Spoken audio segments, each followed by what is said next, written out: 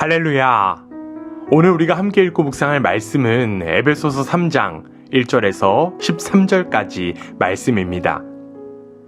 이러므로 그리스도 예수의 일로 너희 이방인을 위하여 갇힌 자 된 나 바울이 말하거니와 너희를 위하여 내게 주신 하나님의 그 은혜의 경륜을 너희가 들었을 터이라.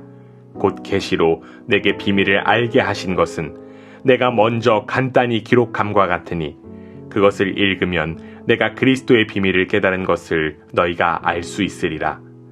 이제 그의 거룩한 사도들과 선지자들에게 성령으로 나타내신 것 같이 다른 세대에서는 사람의 아들들에게 알리지 아니하셨으니 이는 이방인들이 복음으로 말미암아 그리스도 예수 안에서 함께 상속자가 되고 함께 지체가 되고 함께 약속에 참여하는 자가 됨이라.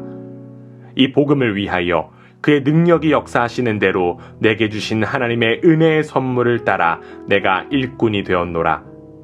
모든 성도 중에 지극히 작은 자보다 더 작은 나에게 이 은혜를 주신 것은 측량할 수 없는 그리스도의 풍성함을 이방인에게 전하게 하시고 영원부터 만물을 창조하신 하나님 속에 갖추어졌던 비밀의 경륜이 어떠한 것을 드러내게 하려 하심이라.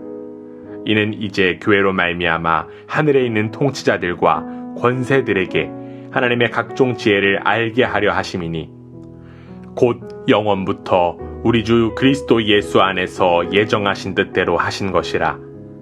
우리가 그 안에서 그를 믿음으로 말미암아 담대함과 확신을 가지고 하나님께 나아감을 얻느니라.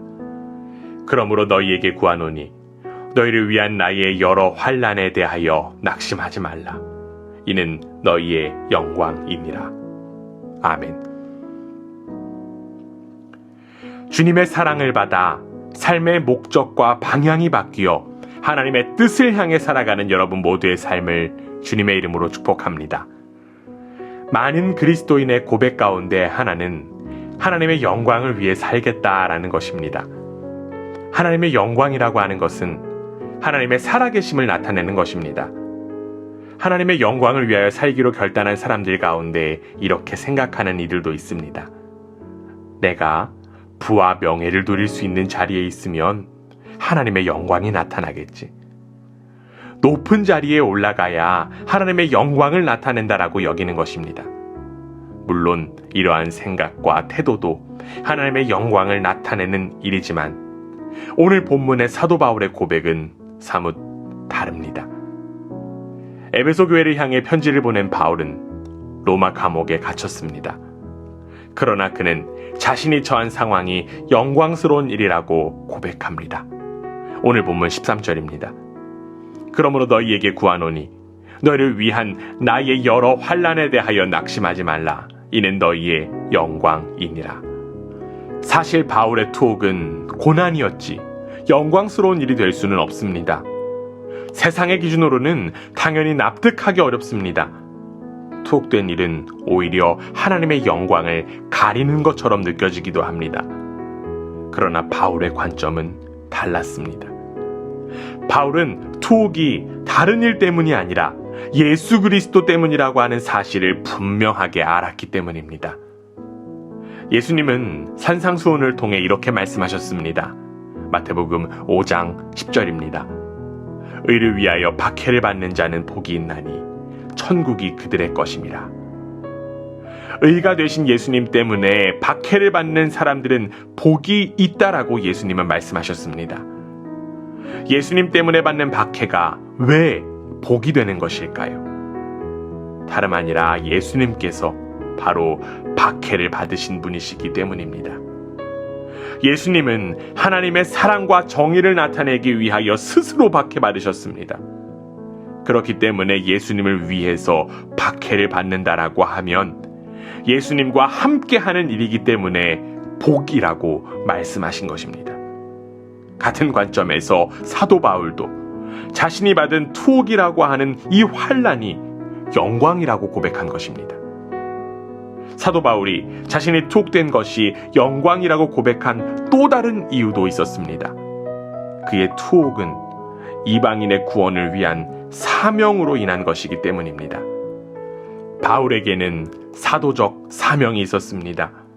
바울은 예수 그리스도로부터 은혜의 선물을 받았기 때문에 사도의 직책을 감당할 수 있었습니다. 바울은 이렇게 고백합니다. 오늘 본문 8절입니다. 모든 성도 중에 지극히 작은 자보다 더 작은 나에게 이 은혜를 주신 것은 측량할 수 없는 그리스도의 풍성함을 이방인에게 전하게 하시고, 바울은 자신이 사도가 될 자격이 없을 뿐 아니라 심지어 성도 중에서 가장 작은 자보다 더 작다라고 고백했습니다. 하나님의 크신 은혜를 경험한 바울에게는 그 은혜를 전할 사명이 주어졌고, 그 사명으로 인하여 자신이 투옥된 것이기 때문에 영광이라고 고백한 것입니다. 바울이 고백한 영광의 삶은 일반적인 사람들이 생각하는 영광스러운 삶과는 너무나도 다릅니다. 그러나 바울이 고백한 삶이 그리스도인의 진정한 영광스러운 삶인 줄 믿습니다.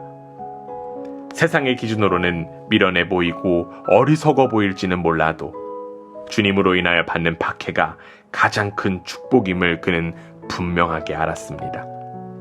그리고 자신에게까지 허락된 이 은혜를 반드시 나눠야 한다라고 하는 그 사명을 지키는 것이 가장 큰 영광임을 알았습니다. 바울의 고백처럼 여러분은 영광의 삶을 살아가고 있으십니까? 사도 바울이 에베소 교회에 자신의 환난으로 인하여 낙심하지 말 것을 권면한 것처럼 우리도 주님으로 인하여 받는 박해와 고난에 낙심할 필요가 없습니다. 우리에게 허락된 하나님을 나타낼 사명을 온전히 지키는 것이 영광스러운 삶인 것을 기억하며 오늘 하루도 영광의 삶을 살아가는 복된 우리 모두가 되기를 간절히 원합니다. 그 삶을 하나님께서 인정해 주시고 기뻐해 주실 것을 믿습니다.